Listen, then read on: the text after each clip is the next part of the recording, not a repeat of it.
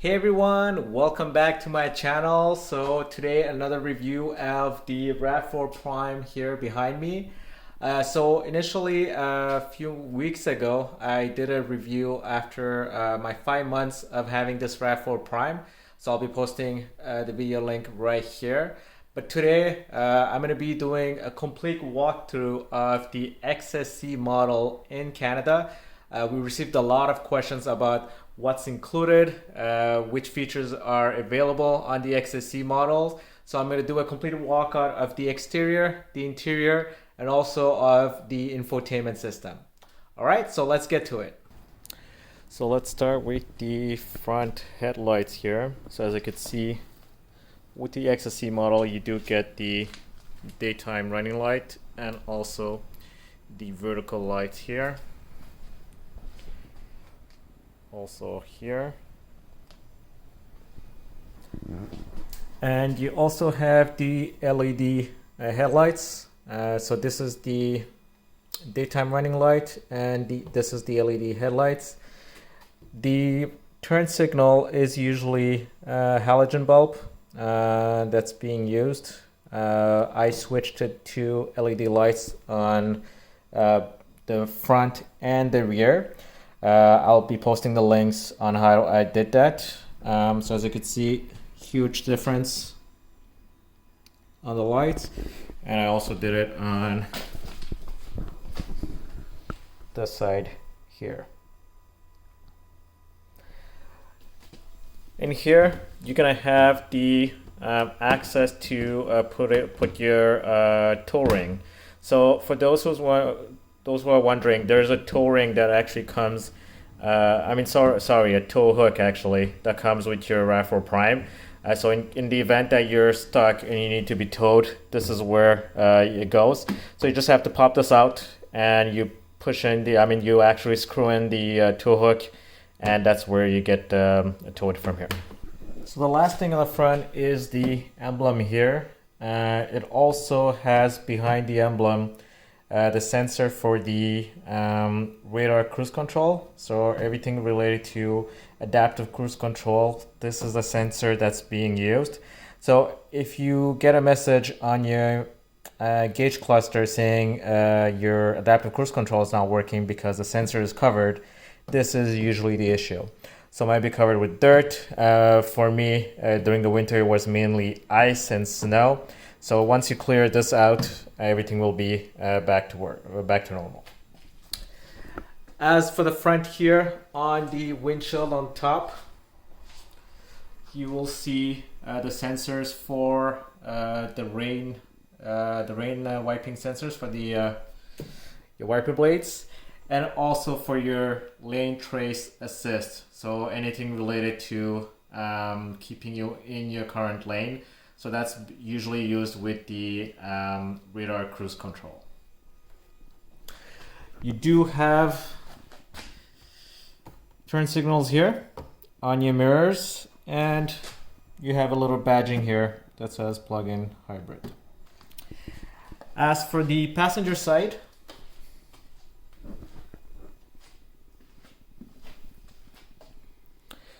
you have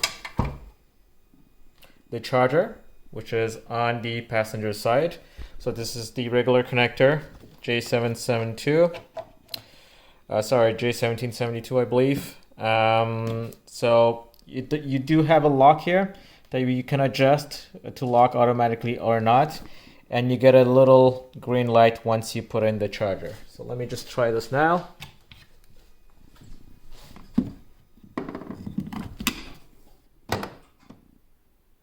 There you go. So it is locked, and here it's green. It stopped because the car is fully charged right now. So it just disengaged, and I can just pull it back out. On the driver's side, nothing special. Plug-in hybrid badging here. Turn signal. You have a little badging here. All-wheel drive. I believe it's also on the other side. And you have the compartment for the gas here. So this one, you cannot push it and open it. So you really have to open the door here and you have this little button here that you have to click.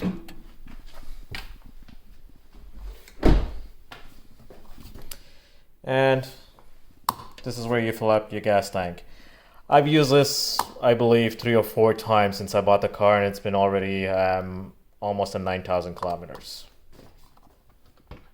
So now we're in the back of the XSE.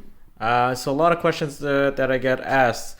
Does this one has the rear view mirror camera? And yes, it does. So as you can see here, I don't know if you could see it here. The camera is right here. So that's the camera that's used for the rear view mirror. You have a second camera here, that's my dash cam, which I installed. I also made a video if you want to install your own dash cam camera. I'll be posting it too in the description below. So it does have the camera here. The lights in the back are fully LED for the brake lights, except for the turn signal and the reverse lights, which I also changed to LEDs. So I'll turn those on and I'll show you. Here you go. So these are the LED turn signals for the back. They made a huge difference compared to the stock one. I'll be posting also the video of how I changed these ones. You'll be able to tell the difference between the stock one and the LED ones.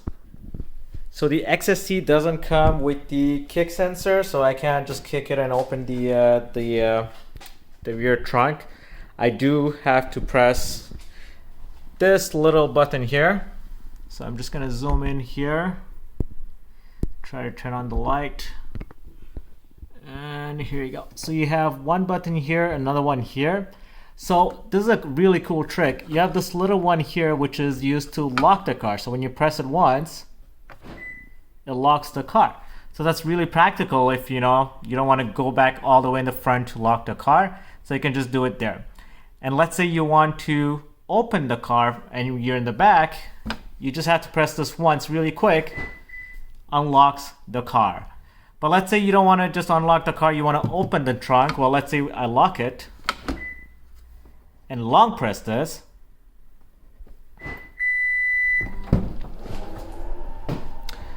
Well, the rear hatch opens. So that's a big plus, and kudos to Toyota for doing that.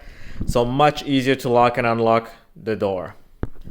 So now that we have the hatch open, let me show you a little bit what's included and what's not included. So in the XSE model, these nets, the net here is included. Unfortunately, you cannot hang it vertically. So that's really, that's pretty bad. So the only way of hanging it is horizontally. So here you have hooks. You have hooks here and on all 4 sides. So you can only put it flat here and put your stuff inside. I barely use it sometimes for groceries, but then again, most of the time I just leave it at home. But I just put it back now just to show you guys how it looks. You also have this cover here that you can pull. Let me just show you this. A little bit for privacy, if you don't want to, if you have valuable things and you just want to hide it. And if you don't want things to fly out in the back, this is pretty useful. I also don't use this very often. Usually I just take this off completely and I leave it at home. You do get the charger. So the level 1 charger, which I tucked in here. So this is a neat bag that the dealership gave me. So that's the only thing I got for free. Besides the pen I signed the contract with, but that's very good of them. So Spinelli Toyota Point Claire, really good service there. So a free bag, but you can also tuck in this charger underneath the carpet here. So let's go underneath here and I'll show you what's in there. One more thing before I open down the carpet here. These cargo mats, these ones here, so they do not come with the car. So I had to buy these. They're, I believe, $160. There's a newer model that has very nice color, which is a little bit completely dark, and has RAV4 Prime actually printed on it. Looks a little better, but this one has a nicer contrast because it has white and black. So I guess it depends on people's choice. But the good thing about this is not only does it cover the back, also covers the back seats here. So when you want to put something really big there, it covers the back of the rear seats. So that's really good. So underneath the carpet here, you have, well, you just lift it like this. You do have a spare tire here. So that's really good news. Most cars don't come with a spare tire nowadays. And it's almost full size. So the XSE does come with the 19-inch rim. So the spare tire is an 18-inch. So that's not bad. And like I was talking to you previously, this is the tow hook that you can hook from the front if you need to be towed. And you do have some tools if you need to change your tires. Here, you put some booster cables here. Usually it's not to use on the RAV4 Prime because you should never boost another car with the hybrid car. So if you want to get boosted, this is good, but you should never boost another car if you have a hybrid car. So avoid this. This is my permanent installation. I also made a video about this. I did a permanent installation for charging the 12-volt battery. So the 12-volt battery is here. So I plug this to the 12-volt battery in case that I need to charge it in the event that it's too low. Very useful, so I don't have to open this every single time. But let me just show you right now how to do this. Whoop, this is coming off. There you go. So I plugged in to the positive and the negative. The installation is right here. So let's continue the tour inside, still in the back. So XSE model only comes with the 12 volt 120 watts cigarette lighter here. So you can plug in any small inverter if you have one. I do have one in the car, which is 175 watts, I believe. But it's usually just to for backup in case I don't have electricity. I need to plug in my modem. Except that you have light here. That's the only light you have in the back. It used to be halogen. I switched it to LED. And I also added these lights. So these did not come with the car. It used to be fully covered. I had a little panel here. So I switched those. I'll also put the link here on how I made the modifications. And as you can see, it does have an electric rear hatch. So that means you don't have to manually open the hatch in the back. And if you want to close it, press the button here.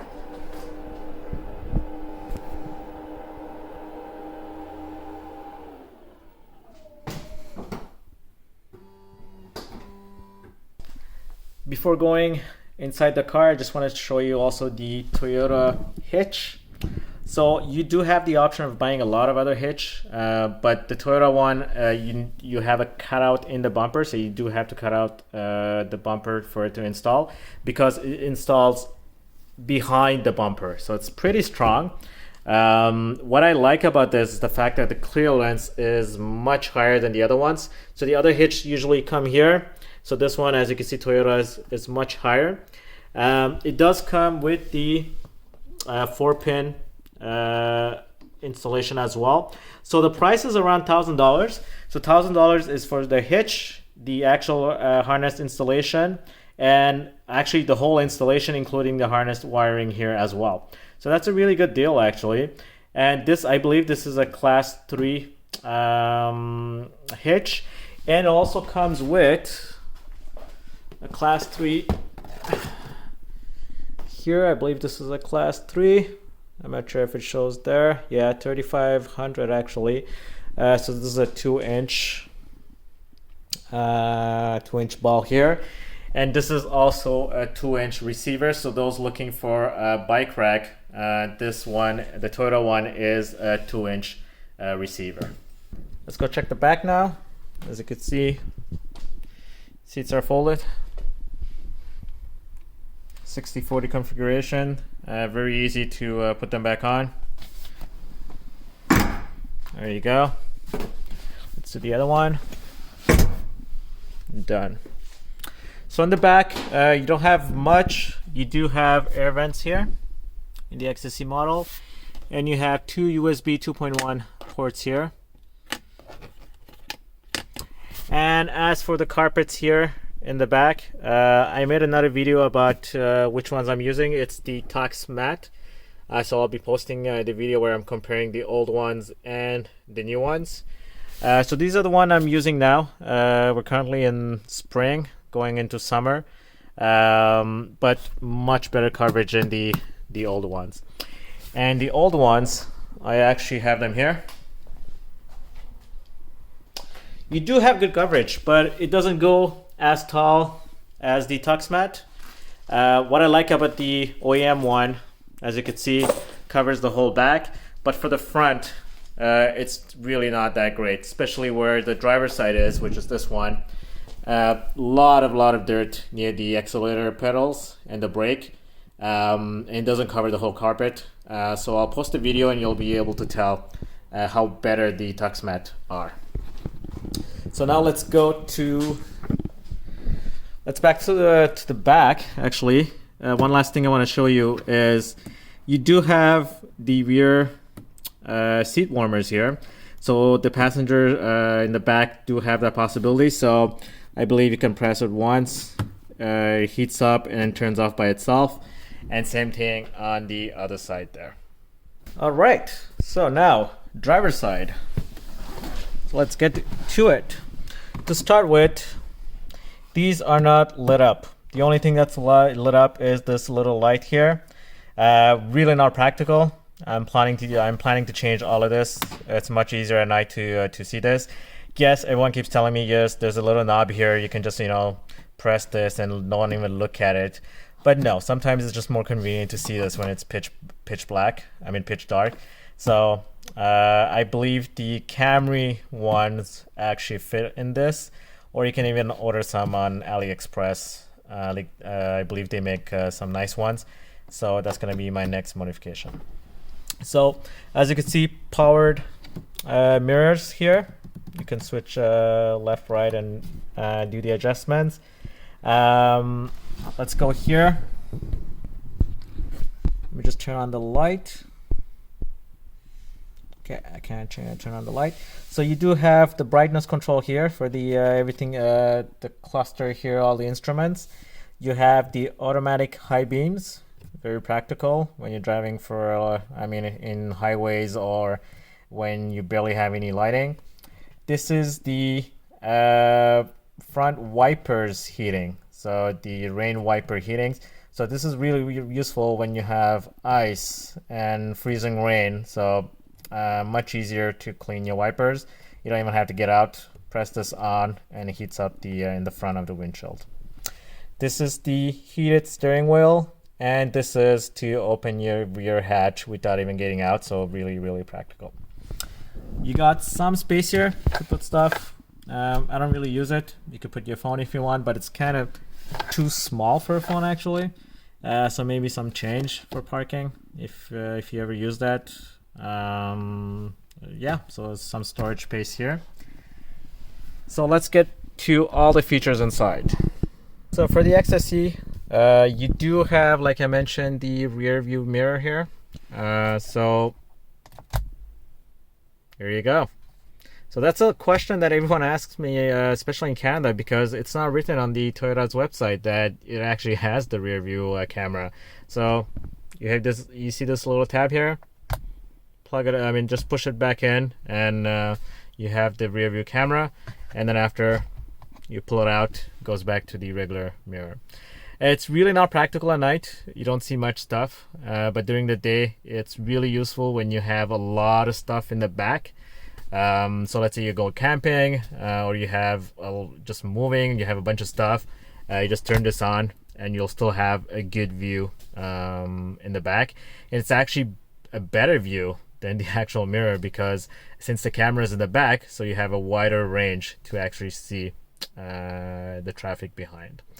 Another question we get asked a lot is, does it come with HomeLink? Yes, it does. You do have three different garage.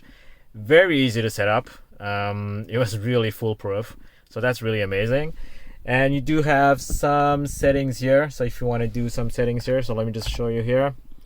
You can check the status of your garage here, which is really good. As you can see, it shows that my garage is closed, so that's really great. Or you can go into settings and you can turn off and on and a lot of stuff here. So let me show you a demonstration of how it turns on the garage. Opens the garage. So you press it.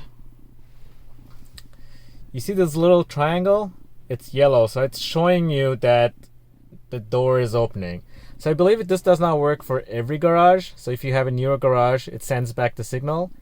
And here you go. The door is open and it's green.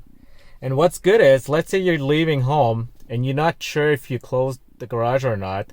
If you don't have a smart garage door opener, what you can do is you can just go here. You can check the status. There you go. It says it's opened. So now, if I close it back, the arrow points back on the other side. And it will tell me that it is closed. There you go. Same thing. And I can do the same thing here. So once this goes away, I can go back to the status. So it knows that the last time it was used, it was closed. So that's a really cool feature. Let's get to everything else. As for the infotainment system, it's exactly the same on all the trims. I'm not gonna go over it except for the apps. I believe the SE models does not have the apps. So when you go in here, you have some apps here. You have the fuel one here, authorization, notifications. I believe you do have to plug in your, no, you don't have to plug in your phone. And as you can see, I do have an update here. So what's cool here, you will see DCM here.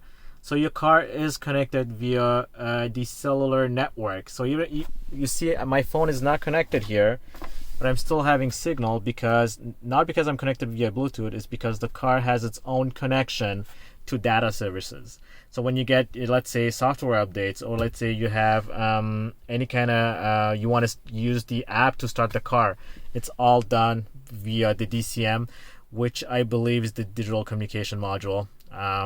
So I'm not sure which company actually is providing this. I'm not sure if it's Bell or Telus in Canada, but I know in the US, I believe it's the Verizon.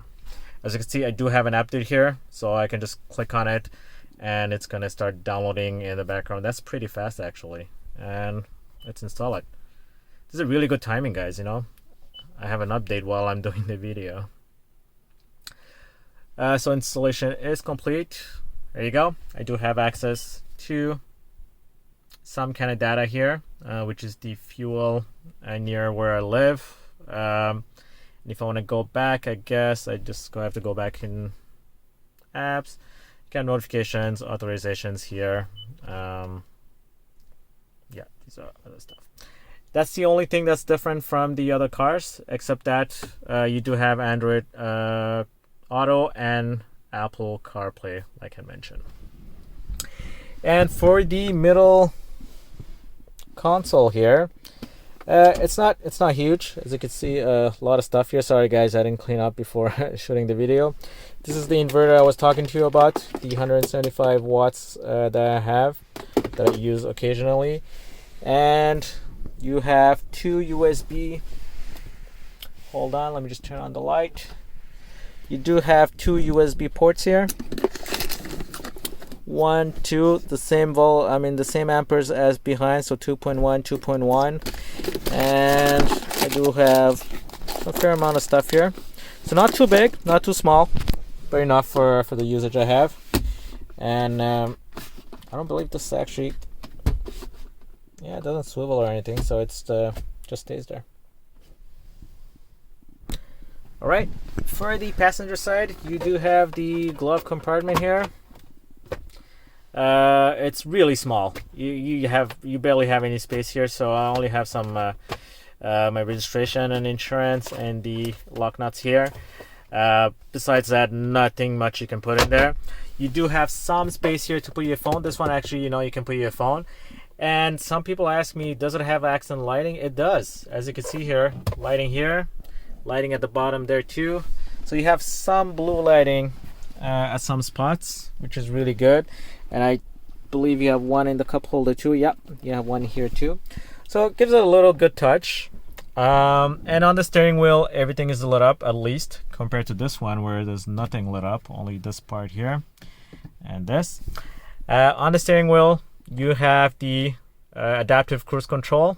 So that's what I was talking to you about, where the sensor is in the front. You do have lane trace assist, and these are the different modes here. Yeah, so that's for the music. Let's turn that off. This is where you can set your cruise control options, going faster, lower. This is skip your songs, your tracks. And this is the volume. And really neat trick here is this is Toyota's speech to text or assistant, where you can just talk and do most of the commands. But if you long press it, so let's say you do have Apple CarPlay or Android Auto connected, when you long press it, it opens up the assistant. So let's say you have Google Assistant or Siri, it opens it up, so much easier to actually deal with instead of saying the actual commands or hey Google or whatnot. This is to actually control the gauge cluster here. You can go up and down, and then let's say you're in a menu, so let's say you're in settings. Let's go to settings. For the settings, you have to actually long press this, vehicle settings. And you want to go back, so go back here. And that's it. And one last thing I want to mention, in Canada, well, let me show you this. You cannot turn off your headlights. So when you put in automatic, well, your headlights turn on. Then you can put your daytime running light, or you can turn on the actual headlights, but you cannot completely turn off all your lights. So let's say you're going camping and you want to actually turn off your daytime running lights. Turning on the handbrakes and turning this off will not turn off your daytime running light, which is really disappointing because all the other cars do it. So this one you cannot do it. So let's say you want to go in camping, you want to put an inverter, you want to start using the electricity, but you cannot turn off the lights, so they'll be just turned on all the time. So that's the one downside out of this. As for the driver seats, they are power adjustable. So here with some lumbar support here, and the passenger side is completely manual. So for the climate control XSE model, you don't have the you only have the seat warmers, so that means you can only put on high or low. You don't have the vented seats, so you don't have like the XSE Tech package. So this is all I needed. So for me, it was enough. You do have dual climate control, so you can turn it on, and let's say you and your partner, you can choose different temperatures. And I don't know why it's at 23. It's way too high. So that's what it is. For winter, I try not to use the eco heat mode. I just try to use just the regular one. Much faster to heat up. So let me just turn this off. To continue, you do have the USB plug-in, and folks, this is the only USB port that you can plug in to have Apple CarPlay and Android Auto. You do have the cigarette lighter here, and you have wireless charging here. Wireless charging doesn't work unless you press this little power button here. This turns on, or you can turn it off. We don't use it because its charge is really slow, and if you have it plugged in for Android Auto, you don't need to have it plugged in. I mean, charging wirelessly here too, so we just charge it with the USB key.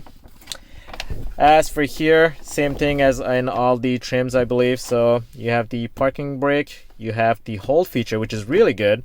Hold feature is when you press this, let me just do it here, hold on.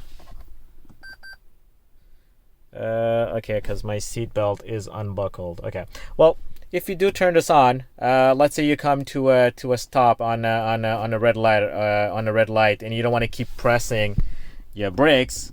Well, this will keep the brakes pressed for you for up to 3 minutes, I believe.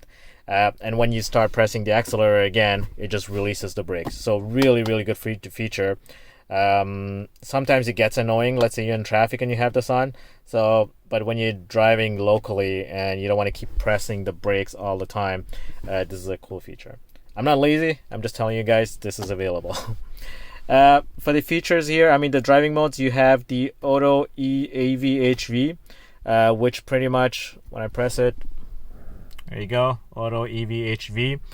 I don't tend to use this because it always it always puts it on EV any mode.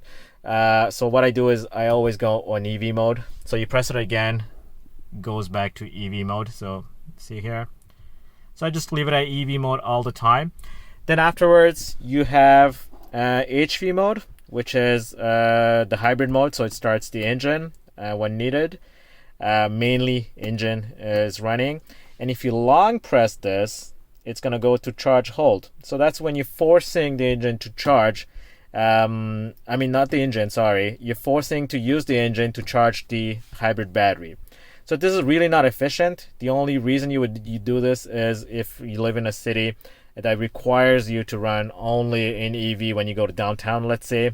I believe it's in some cities in Europe it's a necessity. So that's the only time you would need it. Except that, put it in EV mode or HV mode in highway. So that's pretty much what the rule is.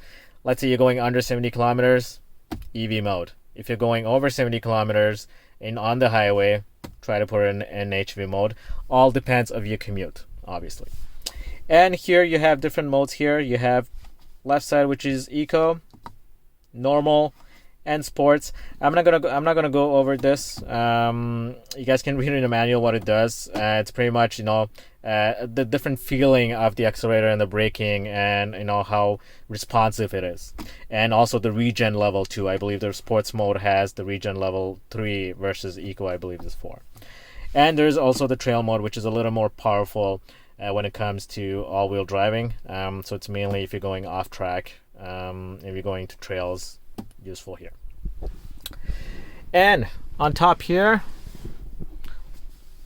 you have I don't have the panoramic sunroof, so the XSE model comes with only the regular sunroof.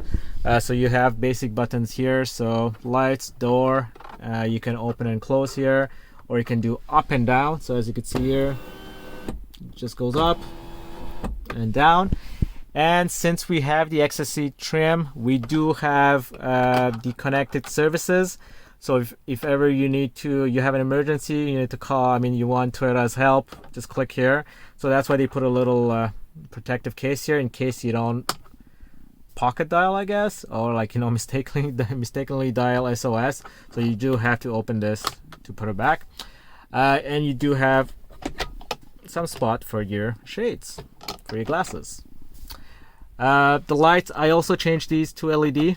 Like I said, I'm going to post a video on what the difference are between the old ones and the new ones. And also this one here, I changed them to LED. And I don't know why I have to open this. There you go. Also for the side mirror heating, as you can see, it's not indicated here that the side mirrors are heated. So you do have to press the rear one. So once you press the rear one, they're both connected. So when the rear heating is on for the hatch window here in the back, that activates also the side mirror heating. Another cool feature is when you do leave the car and your car is turned on, let's say you forgot to turn it off because it's so quiet, as you can see, you don't realize the car is actually still turned on. When you leave the car and you close the door,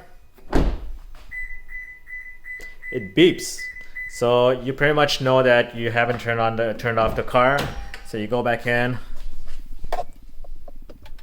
turn it off, no more beep.